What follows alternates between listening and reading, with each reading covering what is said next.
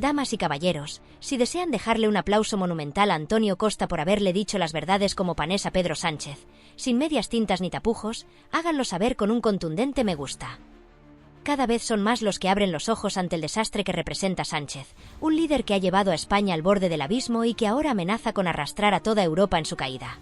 El ambiente en el Parlamento Europeo estaba más cargado que una barra de uranio en plena fusión nuclear. Desde primera hora, los periodistas de todos los rincones del planeta se agolpaban como hienas hambrientas, ansiosos por captar cada gesto, cada mirada y, sobre todo, cada puñalada política que pudiera desencadenarse en la sesión plenaria. Y no se equivocaban, porque aquel día prometía ser una jornada de tensión extrema, como si de una película de espionaje de la Guerra Fría se tratara. Antonio Costa, el primer ministro portugués, llegó con la escopeta cargada y la determinación de un francotirador dispuesto a no dejar títere con cabeza. Su objetivo: Pedro Sánchez, el hombre que ha convertido la política española en un circo de alianzas oscuras y pactos con quienes buscan destruir la unidad de la nación.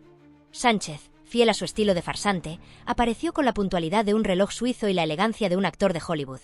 Traje impecable, mirada de acero y esa actitud de todo está bajo control que tanto le ha servido para engañar a incautos. Pero en cuanto Costa entró en el hemiciclo, la máscara de Sánchez comenzó a resquebrajarse. El portugués avanzó hacia el atril con paso firme, una carpeta llena de documentos bajo el brazo y una sonrisa que dejaba claro que no iba a morderse la lengua. Costa comenzó su discurso con la contundencia de un huracán, sin rodeos ni medias tintas. Desde el primer momento, dejó claro que no estaba allí para hacer amigos ni para endulzar la realidad. Con un tono serio y demoledor, denunció la política temeraria de Sánchez, acusándolo de poner en jaque no solo la estabilidad de España, sino la de toda la Unión Europea. El hemiciclo quedó en silencio, como si una bomba hubiera estallado en medio de la sala. Sánchez, que sabía perfectamente que el dardo iba dirigido a él, apretó los labios en un intento desesperado por mantener la compostura. Pero Costa no estaba allí para dar tregua. Con la precisión de un cirujano, arremetió contra los pactos de Sánchez, acusándolo de confundir la cooperación internacional con la rendición ante chantajes internos. Sus palabras resonaron como un trueno en medio de la tormenta, provocando un murmullo generalizado entre los socialistas españoles, cuyas caras largas delataban su incomodidad. Mientras tanto, en los bancos de la derecha, las sonrisas de satisfacción eran evidentes, como si estuvieran viendo a su equipo favorito marcar el gol de la victoria. Pero Costa no se detuvo ahí. Con la furia de un león defendiendo su territorio, advirtió que ceder ante grupos que buscan dinamitar el orden constitucional no solo debilita a España, sino que pone en peligro a toda Europa. Lo que hoy ocurre en Madrid, mañana puede repetirse en Lisboa, París o Berlín, declaró con voz firme, señalando directamente a Sánchez como si fuera un profesor reprendiendo a un alumno rebelde. El líder español intentó mantener la calma, pero su mandíbula tensa y sus manos temblorosas delataban su nerviosismo. El hemiciclo estaba al borde del colapso, con murmullos, susurros y miradas de incredulidad por doquier. Costa, con la experiencia de un político curtido en 1000 batallas, había logrado lo que muchos no se atrevían: poner a Sánchez contra las cuerdas y dejar al descubierto su desastroso juego político. Y como si fuera poco, Costa lanzó una última advertencia que dejó a todos sin aliento. Instó a Sánchez a replantearse sus alianzas y a pensar en el legado que quiere dejar. Europa no se construye con concesiones a quienes buscan destruirla, sino con principios sólidos y respeto a la ley, sentenció, dejando claro que Portugal no dudaría en defender los valores europeos por encima de cualquier afinidad política. El Parlamento estalló en una mezcla de aplausos y protestas, mientras Sánchez, visiblemente afectado, intentaba recomponerse. Pero el daño ya estaba hecho. Antonio Costa había dejado una marca imborrable en la agenda europea, y Pedro Sánchez se quedó con el amargo sabor de haber sido desenmascarado ante todos. La sesión terminó con más drama que el final de una telenovela, y los titulares no tardaron en incendiar las redes. Costa destroza a Sánchez en el Parlamento Europeo, Portugal deja en evidencia a España, Antonio Costa humilla a Pedro Sánchez. Las imágenes de Sánchez, con cara de pocos amigos y una frustración evidente, se convirtieron en el plato fuerte de los informativos.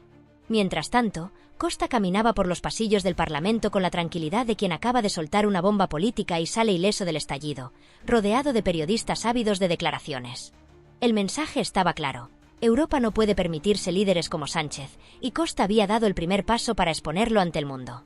El portugués, con una serenidad que rayaba en lo sobrehumano, mantenía la compostura y la diplomacia en sus respuestas, dejando claro que su intervención no había sido una humillación gratuita, sino un urgente llamado a la responsabilidad. Con una calma que helaba la sangre, aseguró que esperaba, sinceramente, que Sánchez tuviera la capacidad de escuchar y, más importante aún, de corregir el rumbo. Porque todos lo necesitamos, afirmó con voz firme, en una Europa que aspira a ser fuerte y unida. Sin embargo, el daño ya estaba hecho. Aquella intervención no solo quedaría grabada en la memoria de Sánchez, sino que había dejado una cicatriz imborrable en la esfera política europea. La sacudida había sido tan pública, tan evidente y tan demoledora, que nadie dudaba de que la relación entre ambos dirigentes tardaría años en recomponerse, si es que alguna vez lo hacía. Costa dejó claro que, más allá de la cortesía habitual con la que se suele envolver la política en Bruselas, existían líneas rojas que ningún líder podía traspasar sin consecuencias. Y esa mañana, el portugués había decidido que algunas de esas líneas debían marcarse a fuego. No fueron solo sus palabras las que hicieron temblar el hemiciclo. Su lenguaje corporal fue el complemento perfecto para reforzar cada una de sus críticas hacia Sánchez. En cada pausa, fijaba la mirada en el presidente español con una mezcla de decepción, determinación y desafío que resultaba imposible de ignorar. Acompañaba sus frases con gestos precisos, enfatizando la gravedad de sus acusaciones con una mano firme que parecía subrayar cada palabra. Desde los escaños, eurodiputados de diferentes nacionalidades observaban boquiabiertos cómo un político tradicionalmente mesurado y diplomático optaba, sin titubeos, por el enfrentamiento directo en la catedral de la política europea. Aquella jornada tenía algo distinto en el aire, una ruptura con la liturgia diplomática habitual. La sala estaba a rebosar, y por primera vez en mucho tiempo, nadie miraba el móvil ni fingía leer documentos de dudosa relevancia. Todos estaban pendientes del espectáculo. Sánchez, por su parte, era el foco de constantes miradas. Al principio, intentó mantener la compostura, sosteniendo la mirada con una dignidad forzada. Pero a medida que las palabras de Costa seguían cayendo con la contundencia de un mazo, su incomodidad empezó a manifestarse en pequeños gestos nerviosos. Ajustaba el nudo de su corbata, pasaba hojas de sus notas con una insistencia casi compulsiva y, en más de una ocasión, buscó apoyo en sus asesores más cercanos, quienes parecían haber desarrollado un repentino interés en el suelo, conscientes de que cualquier reacción visible sería cazada por las cámaras y analizada hasta el más mínimo detalle. El punto álgido llegó cuando Costa tocó el tema más espinoso de todos: los pactos recientes de Sánchez con grupos independentistas. La sala entera contuvo el aliento cuando el portugués, sin rodeos, planteó la gran pregunta: ¿qué mensaje se está enviando al resto de Europa cuando se pacta con quienes tienen como único objetivo fragmentar su propio país? Aquello fue un mazazo en el sector conservador del hemiciclo.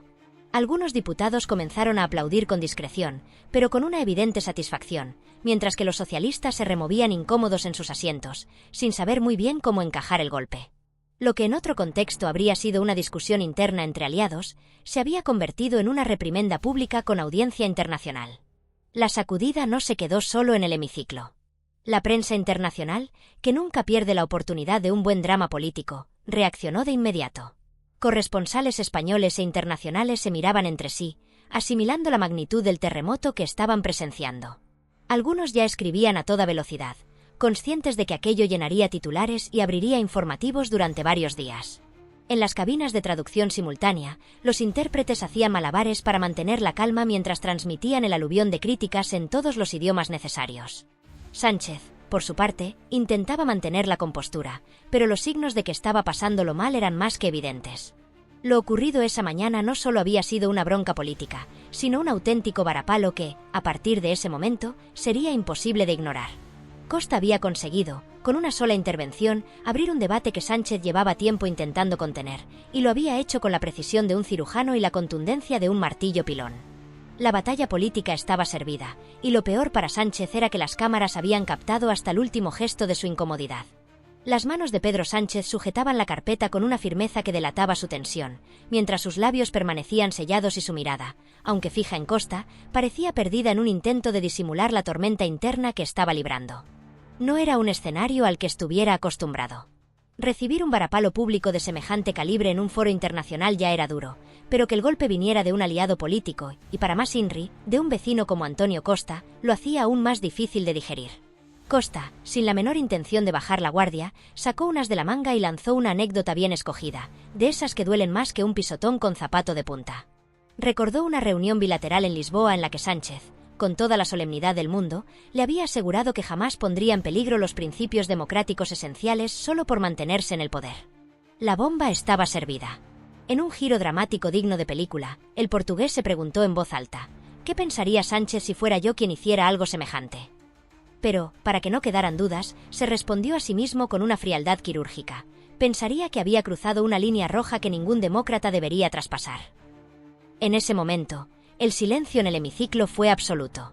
Solo los murmullos sorprendidos rompían la quietud, como si los diputados necesitaran verbalizar su incredulidad ante lo que acababan de escuchar. Sánchez, con los labios aún más apretados, dirigió una mirada fulminante a Costa, visiblemente ofendido por el golpe bajo de sacar a relucir en público una conversación privada. El mensaje de Costa resonó como un eco en la sala. No solo había desnudado las contradicciones de Sánchez, sino que había puesto en evidencia la fragilidad de su liderazgo. El portugués, con la elegancia de un maestro de ajedrez, había movido las piezas con tal precisión que dejó al líder español sin salida. Y mientras las cámaras captaban cada gesto, cada mirada, cada suspiro, quedaba claro que aquel día no solo había sido una derrota para Sánchez, sino una victoria para quienes creen en una Europa fuerte, unida y basada en principios inquebrantables. La historia ya estaba escrita, y Costa había dejado su firma en letras mayúsculas. Pero el portugués no parpadeó ni un segundo. Sabía exactamente lo que estaba haciendo y el impacto que sus palabras estaban teniendo. Era evidente que había venido con toda la artillería preparada y dispuesto a jugar sus cartas hasta el final. A medida que avanzaba su discurso, Costa desgranaba datos, declaraciones recientes de Sánchez en España, frases textuales que, puestas en contexto europeo, chirriaban más que una silla vieja. Cada nueva referencia dejaba al presidente español aún más arrinconado. El rostro de Sánchez, ya de por sí tenso, se contraía con cada nueva prueba presentada. Era obvio que el portugués no solo había hecho los deberes, sino que había llegado a la sesión con una estrategia tan milimétricamente diseñada que no dejaba margen de maniobra a su adversario. Como si supiera cada respuesta posible y se hubiera adelantado a todas. Y entonces llegó el golpe de gracia. Costa, subiendo el tono con la maestría de quien sabe que tiene al público en la palma de su mano, lanzó la estocada final. ¿Cómo se puede defender en Europa unos valores que en casa se pisotean alegremente? La coherencia y la dignidad política, afirmó con una firmeza demoledora, no son moneda de cambio, ni siquiera para aferrarse unos meses más al poder. España merece más. Europa merece más. Esa última frase cayó como una losa en el Parlamento. De inmediato, desde los escaños más conservadores, se desató una oleada de aplausos entusiastas, dejando claro que el discurso había calado hondo. Al otro lado, los socialistas se removían inquietos en sus asientos, incapaces de frenar el daño que estaba sufriendo su líder. Sánchez, por su parte, hacía esfuerzos titánicos por mantener la compostura, pero su incomodidad era innegable. Su gesto serio, los movimientos rígidos, las miradas furtivas a sus asesores, todo indicaba que aquel discurso le había golpeado de lleno. Cuando finalmente Costa terminó, el Parlamento estalló en una mezcla de aplausos y protestas, reflejo de la gran polarización que el debate había generado. Mientras la ovación al portugués se prolongaba, Sánchez permaneció sentado unos instantes, respirando hondo, antes de levantarse para responder. Su expresión lo decía todo. Estaba molesto, muy molesto. Sabía que lo que estaba en juego no era solo la sesión del día, sino su credibilidad a nivel internacional. Con un gesto serio, intentó recomponer el terreno perdido. Su voz, aunque firme, no tenía la contundencia habitual. Los argumentos con los que trató de desmontar el discurso de Costa sonaban tibios en comparación con la solidez con la que su adversario había expuesto sus críticas. Hubo incluso momentos en los que su voz tembló ligeramente, un síntoma claro del esfuerzo por controlar la tensión acumulada. Pero el problema no era solo lo que decía, sino lo que ya había quedado dicho. Costa había puesto sobre la mesa un debate que Sánchez llevaba tiempo intentando mantener en un segundo plano, y lo había hecho de manera que era imposible de ignorar. Cuando la sesión terminó, el Parlamento seguía en ebullición. En los pasillos, los periodistas ya se preparaban para diseccionar cada detalle del choque entre los dos líderes. Algunos hablaban de un golpe letal para la imagen internacional de Sánchez. Otros, de la valentía de Costa al decir lo que muchos pensaban pero nadie se había atrevido a verbalizar con tanta claridad. Lo único seguro es que aquel episodio traería cola. Las cámaras captaron la salida de Sánchez, flanqueado por sus asesores, con el rostro serio y la mirada baja. Sabía que su imagen política acababa de encajar uno de los reveses más duros de su carrera, y que lo peor aún estaba por venir. Desde que tomó las riendas del país, Pedro Sánchez había lidiado con todo tipo de situaciones complicadas, pero aquello no era simplemente una derrota política. Era una tunda pública en toda regla. Un momento crucial en el que tendría que decidir entre seguir adelante con su estrategia actual o dar un volantazo drástico antes de estrellarse de lleno contra el muro de la realidad. Mientras tanto, Antonio Costa abandonaba la sala con la seguridad de quien sabe que acaba de soltar un discurso que no se olvidará fácilmente. No solo había lanzado una crítica feroz, sino que, con toda probabilidad, acababa de cambiar las reglas del juego en las relaciones políticas europeas. Mientras Costa permanecía sentado con la calma de quien ha dejado un incendio detrás, la tensión en la sala era casi tangible. Varios diputados españoles, sobre todo los más próximos a Sánchez, intercambiaban comentarios en voz baja, con expresiones de preocupación evidentes. Sabían que lo ocurrido no era simplemente un encontronazo político, sino un terremoto cuyas réplicas se sentirían tanto en España como en el resto de Europa.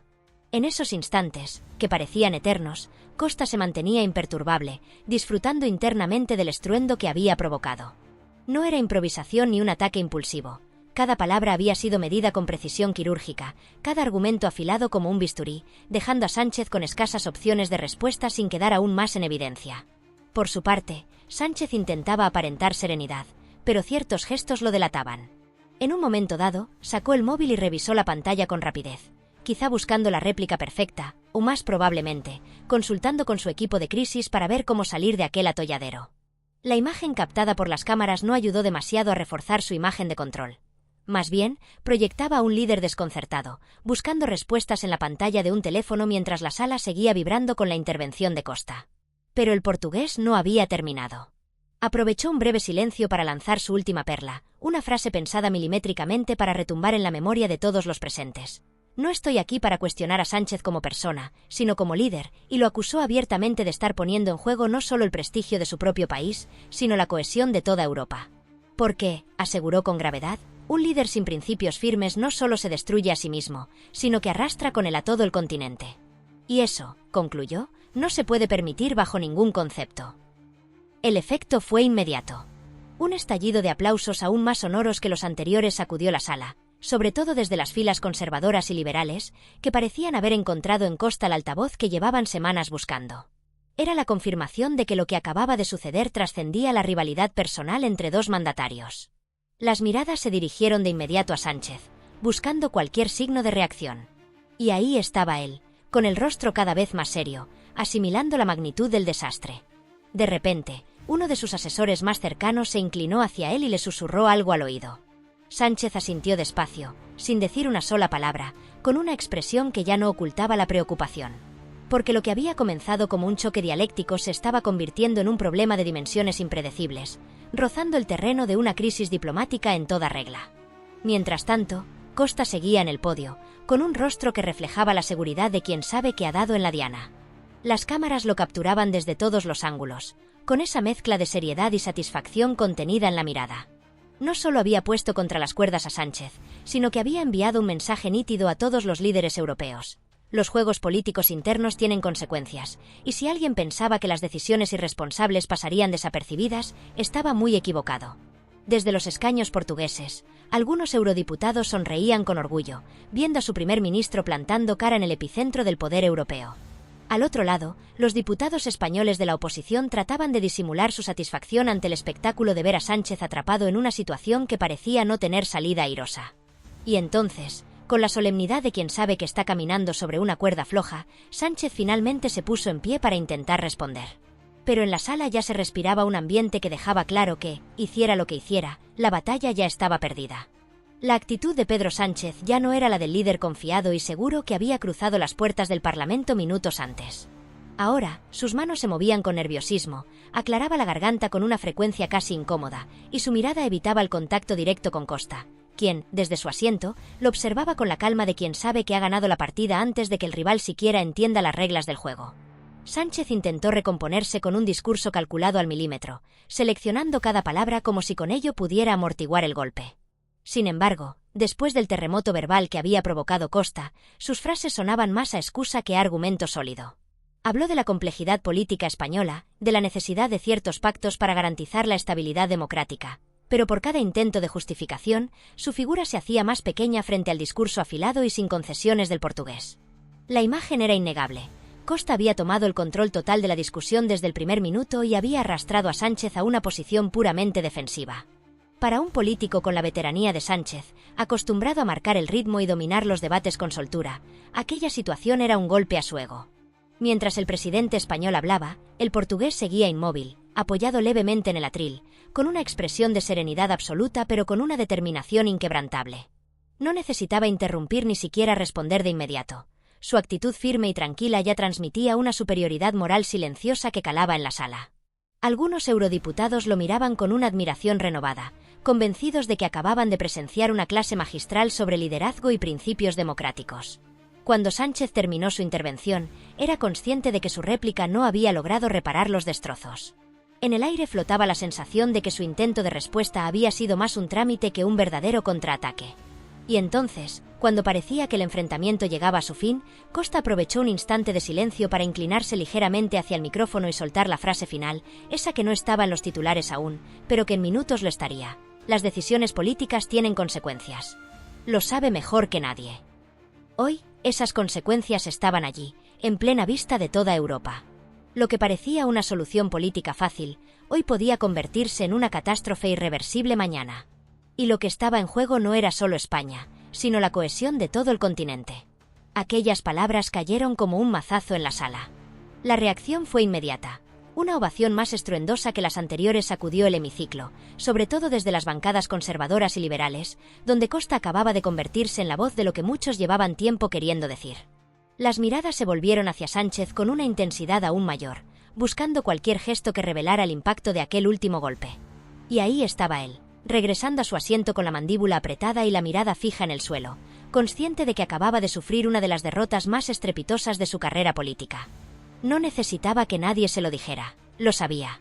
Costa, por su parte, regresó a su asiento con la tranquilidad de quien ha hecho su trabajo a la perfección. Sabía que no solo había puesto a Sánchez contra las cuerdas, sino que además había reabierto un debate incómodo sobre la responsabilidad democrática en Europa. Más allá de las consecuencias inmediatas, había logrado algo mucho más profundo. Había cambiado la manera en la que Pedro Sánchez sería percibido dentro y fuera de España. Su credibilidad había quedado seriamente dañada, y el eco de lo sucedido en aquella sesión iba a resonar durante mucho tiempo. El ambiente en la sala era asfixiante, se podía sentir la tensión en cada rincón del Parlamento. No había sido una simple sesión de debate ni una discusión política convencional. Aquello había sido una demostración de fuerza, una exhibición de autoridad en la que Costa no había dejado espacio para el error. Sus palabras seguían flotando en el aire, pesando sobre los presentes como un recordatorio de que la política no es solo cuestión de estrategia, sino también de principios. Sánchez, aunque trataba de aparentar serenidad, estaba en una situación incómoda de la que no había escapatoria. Su rigidez corporal traicionaba su estado de ánimo, y aunque su rostro intentaba mantenerse neutro, los pequeños gestos lo delataban. La mandíbula apretada, los dedos jugueteando con un folio sin necesidad, los parpadeos más frecuentes de lo habitual. Todo indicaba que estaba bajo una presión brutal y que estaba conteniendo, a duras penas, una reacción instintiva que solo habría empeorado la situación. Costa, en cambio, no necesitaba hacer nada más. Sabía que su intervención había causado impacto y que no hacía falta subrayarlo con aspavientos ni con un tono de voz más elevado. Su discurso ya había hecho el trabajo. Su postura tranquila y firme lo reforzaba. En el Parlamento Europeo, algunos debates son pura burocracia. Otros, en cambio, hacen historia. Y lo que acababa de ocurrir entraba, sin duda, en la segunda categoría. La mirada de Antonio Costa se mantenía fija en Pedro Sánchez, sin un solo titubeo, examinando con precisión quirúrgica cada uno de sus gestos, cada mínima variación en su expresión. Era el depredador observando a su presa, evaluando la magnitud del daño causado. En el hemiciclo, el murmullo era incesante. Algunos eurodiputados intercambiaban comentarios en voz baja, acompañados de gestos que oscilaban entre la sorpresa y la reprobación, mientras otros simplemente seguían el espectáculo con fascinación, conscientes de que acababan de presenciar una auténtica lección de oratoria y estrategia política. En las filas del Partido Popular Europeo, varios diputados se cruzaban miradas cómplices, con la expresión de quien acaba de ver cómo su rival político recibe un revés de proporciones históricas. En la sala de prensa, los periodistas se afanaban en teclear a toda velocidad, tratando de encontrar los titulares que resumieran lo que acababa de ocurrir. Algunos ya ensayaban frases que seguramente ocuparían las portadas digitales de los principales medios del continente. Las cámaras de televisión, estratégicamente posicionadas, no dejaban escapar ni un solo detalle, capturando cada gesto, cada mirada, cada mínima señal de vulnerabilidad o resistencia de los protagonistas. Sánchez, con la concentración de un ajedrecista en apuros, repasaba mentalmente cada palabra que iba a pronunciar en su réplica. Sabía que no tenía margen para el error. Cualquier resbalón, cualquier frase mal construida o expresión desafortunada, sería amplificada al infinito por los medios y usada como munición por sus adversarios políticos. En la zona reservada a su equipo, Los asesores intentaban disimular la tensión, pero sus rostros hablaban por sí solos. El golpe había sido devastador, y revertir el daño iba a ser una tarea titánica. Mientras tanto, Costa, con la calma de quien sabe que ha hecho bien su trabajo, se acomodó en su asiento, cruzando las manos sobre la mesa con la serenidad de un monje zen. No necesitaba añadir ni una palabra más. Su discurso ya había calado y dejado a Sánchez ante el escrutinio no solo del Parlamento, sino de toda Europa. Cada frase había sido diseñada con precisión quirúrgica para que su efecto no se desvaneciera con el paso de los minutos, sino que quedara flotando en el aire como una advertencia imposible de ignorar. La solemnidad del momento se vio brevemente interrumpida cuando un asistente de la sesión se acercó al presidente de la Cámara con un documento en la mano. Un susurro recorrió la sala, como si los presentes intentaran adivinar si se trataba de algún comunicado oficial o un intento desesperado por modificar el rumbo de lo que acababa de suceder. Pero en realidad, todos sabían que lo único que importaba en ese momento era la escena que seguía dominando la atención. Un Costa en la cúspide de su autoridad y un Sánchez buscando desesperadamente recuperar el control de la situación. Sánchez respiró hondo, tratando de calmarse antes de hablar. En su cabeza, las frases se reorganizaban en un último intento de dar con la estructura perfecta para su respuesta. Sabía que no podía sonar desesperado ni defensivo, pero también era consciente de que, después del aluvión de Costa, cada argumento que intentara esgrimir iba a parecer tibio en comparación. Era el tipo de momento que podía definir el futuro de una carrera política, y él lo sabía. Pero mientras trataba de recomponerse, el portugués seguía allí, con la mirada fija, como si todavía estuviera pronunciando su discurso con la sola presencia. No necesitaba hablar más. La convicción inquebrantable se reflejaba en su postura, en su actitud de dominio absoluto sobre la situación. Sabía que, pasara lo que pasara en los siguientes minutos, ya había logrado su objetivo: dejar a Sánchez en una posición de clara debilidad y recordar a todos que los valores democráticos no son un simple adorno que se pueda moldear según convenga. El Parlamento entero contenía la respiración. Era el momento en que Sánchez debía hablar, pero la sensación general era la de una derrota anticipada, incluso antes de que pronunciara la primera palabra. El hemiciclo, que en tantas ocasiones había sido un espacio de debates previsibles y protocolos encorsetados, se había convertido en un escenario de alta tensión política en el que cada gesto y cada pausa pesaban como losas. Eurodiputados, asesores y periodistas eran plenamente conscientes de que estaban presenciando un episodio que no se olvidaría fácilmente. Costa había conseguido lo que pocos se habían atrevido antes: despojar a Pedro Sánchez de su habitual seguridad y dejarlo expuesto ante el foro internacional con una crudeza que se extendería más allá de esas paredes. Sánchez, con los codos apoyados en la mesa y las manos entrelazadas, mantenía la mirada fija en un punto indeterminado de la sala. No quería mirar directamente a Costa, no aún. Sabía que, en cuanto lo hiciera, vería reflejado en sus ojos el veredicto que todos ya habían dictado. Aquel día no era suyo, y peor aún, probablemente no lo sería en mucho tiempo. Cada movimiento era un campo minado. Cualquier gesto, por insignificante que pareciera, podía convertirse en la carnaza perfecta para los titulares de la prensa y el análisis milimétrico de sus adversarios. Pedro Sánchez lo sabía, pero la presión en la sala era insoportable. Todas las miradas estaban clavadas en él, esperando su siguiente movimiento. Y aunque intentaba aparentar control, todavía no tenía claro cómo iba a salir de aquel embrollo. Los murmullos seguían recorriendo el hemiciclo como un rumor persistente, saltando de bancada en bancada, mientras algunos eurodiputados tomaban notas frenéticas y otros cuchicheaban con sus compañeros, opinando con discreción pero con evidente entusiasmo por el espectáculo que acababan de presenciar. En las filas de los partidos más críticos con Sánchez, las expresiones iban desde la satisfacción hasta la incredulidad. Aunque muchos ya habían sido duros con su gestión, pocos esperaban ver un ataque tan afilado y demoledor en pleno escenario europeo. Entretanto, en medio del bullicio sutil, un sonido repetitivo destacó entre los más cercanos a Sánchez: una pluma golpeando suavemente contra la mesa. No era casualidad, un tic nervioso que hablaba por sí solo, un reflejo involuntario que revelaba mucho más que cualquier comunicado oficial. Golpe tras golpe, la pluma marcaba el ritmo de su lucha interna, como si intentara ordenar las piezas del caos en su mente antes de responder. A su lado, uno de sus asesores se inclinó para susurrarle algo. Sánchez ni siquiera respondió, solo asintió levemente, con la mirada perdida, sin levantar la vista de la mesa. Mientras tanto, Costa, con la serenidad de un ajedrecista que ya ha dado jaque mate, se mantenía relajado pero firme. Su expresión no transmitía ni prepotencia ni agresividad, sino la calma de quien sabe que ha cumplido su cometido sin necesidad de insistir. No hacía falta teatralidad ni más palabras. Ya había lanzado su dardo envenenado, y ahora solo le quedaba observar las consecuencias con la paciencia de un estratega. Mantenía la mirada fija en Sánchez, analizando cada uno de sus movimientos, como si esperara ver cómo encajaba la jugada. Desde una de las primeras filas, un diputado francés del Grupo Liberal cruzó los brazos y sacudió la cabeza lentamente, como si todavía estuviera asimilando lo que acababa de presenciar. A su lado, un colega alemán de los Verdes tomaba notas con una meticulosidad casi académica, registrando cada detalle de aquel momento que ya tenía tintes de episodio histórico. La incomodidad era palpable, incluso entre los aliados de Sánchez. Se notaba la confusión. ¿Debían aplaudir su réplica cuando llegara el momento? ¿Apoyarlo abiertamente después de lo que acababa de pasar? ¿Aplaudir qué, exactamente?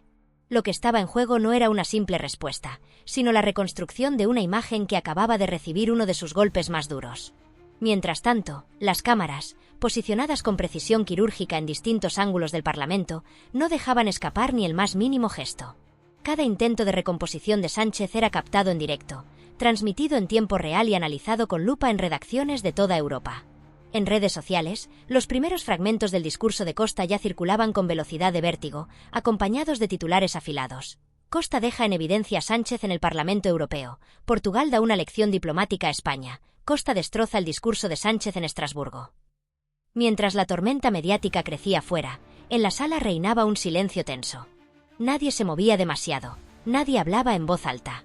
La expectación era asfixiante, como si todos estuvieran esperando que Sánchez hiciera algo, cualquier cosa, para recuperar el control de la situación. Pero él seguía inmóvil, con el vaso de agua en la mano, tomándose su tiempo, como si cada sorbo le diera un respiro extra para pensar. Y entonces, un leve carraspeo rompió el silencio. No fue necesario que Costa dijera nada, su mera presencia bastó para que varias cabezas se giraran en su dirección. Sánchez también lo notó. Por primera vez en largos minutos, levantó la vista y lo miró directamente.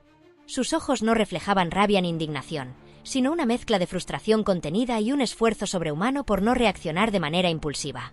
Sabía que cualquier respuesta visceral solo empeoraría su situación, y si algo había aprendido en su carrera política es que las derrotas se gestionan mejor en frío. Pero lo que no podía evitar era la sensación de que ese día, le gustara o no, su nombre quedaría grabado en la historia del Parlamento Europeo, aunque no precisamente por los motivos que habría deseado.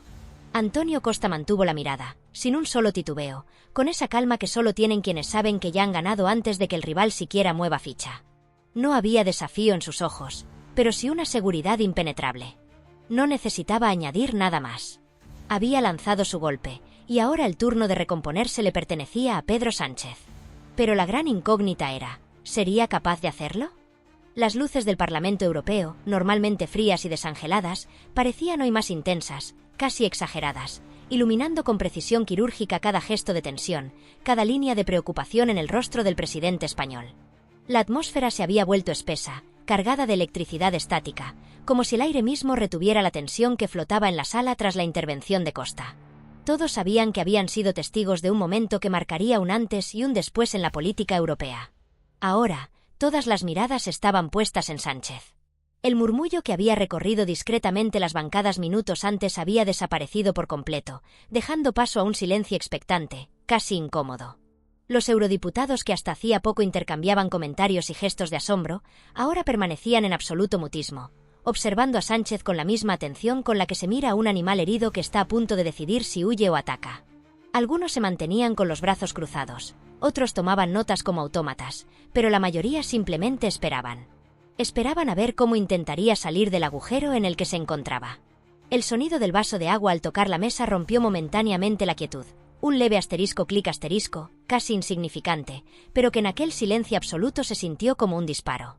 Sánchez tamborileaba los dedos sobre la carpeta que tenía delante, un ritmo irregular que delataba más nerviosismo del que intentaba ocultar. La pluma con la que minutos antes jugueteaba ahora yacía inerte sobre la mesa, olvidada, como si en algún punto de la conversación hubiese dejado de ser útil. Su mirada recorrió la sala en busca de algún atisbo de apoyo en las filas socialistas, pero lo que encontró fueron rostros tensos, algunos inexpresivos, otros con una incomodidad difícil de disimular. Desde su asiento, Antonio Costa se mantenía impasible. Su rostro no mostraba ni prisa ni agresividad, pero tampoco ninguna señal de suavidad. Simplemente observaba, con la cabeza ligeramente ladeada, sus manos juntas sobre la mesa sin moverse. Su postura transmitía una confianza absoluta en que había cumplido su cometido. Sabía que cada una de sus frases había hecho blanco, que su mensaje había calado, y que en este punto no necesitaba añadir ni una sola palabra más. Su trabajo estaba hecho. Desde la galería superior del Parlamento, un periodista susurró algo a su colega mientras señalaba sutilmente a Sánchez con la barbilla. La escena tenía un aire cinematográfico. Ningún político está realmente preparado para este nivel de exposición, para ser diseccionado en tiempo real por cientos de miradas escrutadoras. Y, sin embargo, ahí estaba Sánchez, obligado a reaccionar de alguna manera. No podía quedarse inmóvil por mucho más tiempo. Tragó saliva con lentitud, como si intentara lubricar una garganta que de repente se había secado. Luego inspiró profundamente, llenando los pulmones de aire en un último intento por recomponerse. Fue un gesto mínimo, casi imperceptible, pero aquellos que lo conocían bien sabían exactamente lo que significaba. Estaba tratando de recuperar el control antes de hablar. Sin embargo, justo antes de abrir la boca, su mirada volvió a desviarse hacia Costa, como si inconscientemente buscara algo en él. Y lo que encontró no fue burla, ni soberbia, ni superioridad mal disimulada. No. Lo que vio en los ojos de Costa fue algo mucho peor, la absoluta tranquilidad de quien sabe que ha dicho la verdad y no teme las consecuencias. No había arrogancia, solo la certeza fría y demoledora de quien ha dejado al otro sin opciones. La sala entera seguía inmóvil, incapaz de apartar la vista del duelo silencioso entre los dos líderes. Era un pulso sin palabras, pero en el que Costa tenía todas las cartas ganadoras.